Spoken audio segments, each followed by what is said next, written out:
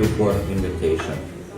In the preparation and thinking for these conversations, I realized that for me 7 minutes is not enough to present anything, whichever direction I decide to go. So I decided to do something different, and maybe I completely missed the point.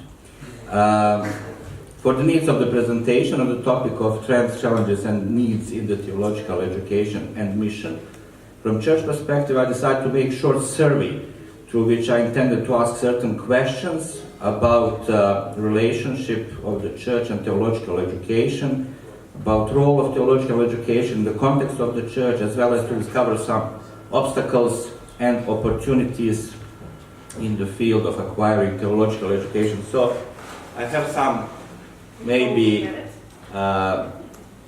PowerPoint, and I believe it will be easy to follow. Is it? Try and pray. But you continue.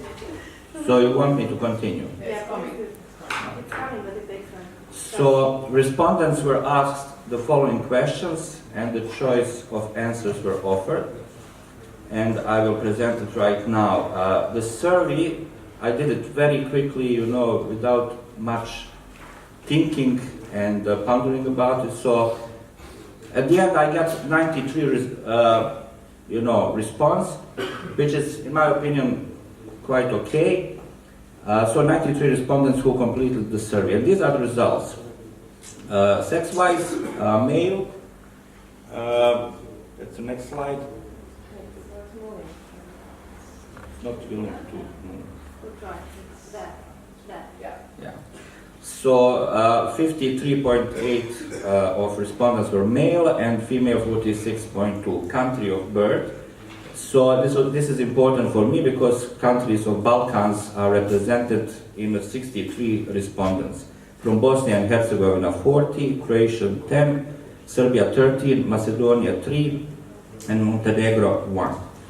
Denomination-wise, I had 52 respondents from Pentecostal background, non-denominational 13, Charismatic 8, and Baptist 6, and few others. I asked also about the role in the church from my respondents. So I had 21 pastors, 7 from Bosnia and Herzegovina, of which 5 are theologically educated and 2 are not. And then second category under this question was member, actively involved in the service, 41 respondents. And then member, attending, not classes, but here, I don't know how it's written, attending worship services. So they are members, but they are not actively involved in anything in the church, 17, and no formal connection with the church, 4. So next question was, are you theologically educated? Bachelor degree, master's, or Doctor of Science? So 45.2 said yes, and 54.8 no. Next question is the theological education, in your opinion, mandatory for church leaders? Strongly agree, 24.7, preferable, 57%, no, 16.1, and I'm not sure, 2.2. What are the benefits of theological education? So I gave few choice answers, and some, in my opinion, kind of tricky one.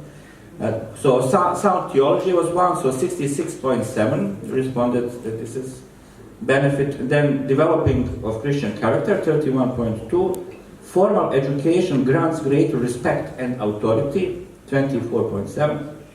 And competence for the ministry, 53.8. And there are some other answers that I do not have time to present as well.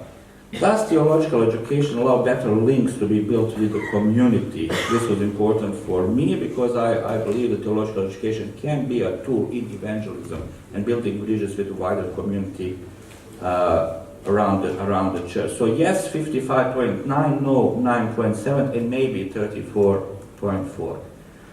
What would make it easier? That's the next question. What would make it easier for people to attain a theological education? I had a multiple choice, and around 50 respondents said that they do not have time. Time is a big factor, and then studying online if possible. 55 respondents, so 59.1 said that this would be a great option. Affordable tuition fees, 46 respondents, and then some other answers that are very minor.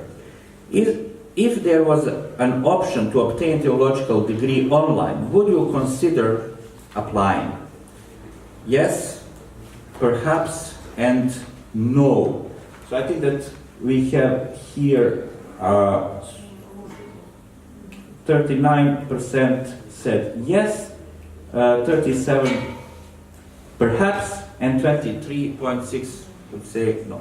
And then I have also some interesting indicators. I asked how many pastors among people who are being questioned thinks that theological education allows better links to be built with the community. So 40 said yes, 5 maybe, and 2 no. And then I had two more results from active members. Out of 41 actively involved members in the church, 15 of them have theological education and 26 don't.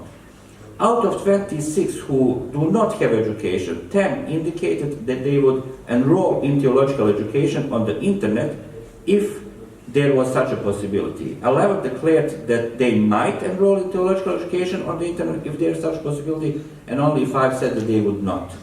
Members who attended worship services, not actively involved in the churches, were completely, altogether maybe 17 of them. So out of these 3 theologically educated, we have 3 theologically educated members of the church who are not involved in any way in the church. Out of 14 who are not theologically educated, at the end 4 indicated that they would like to be educated through internet, 7 answered with maybe, and 3 answered with no. So that's the end of my presentation. Thank you.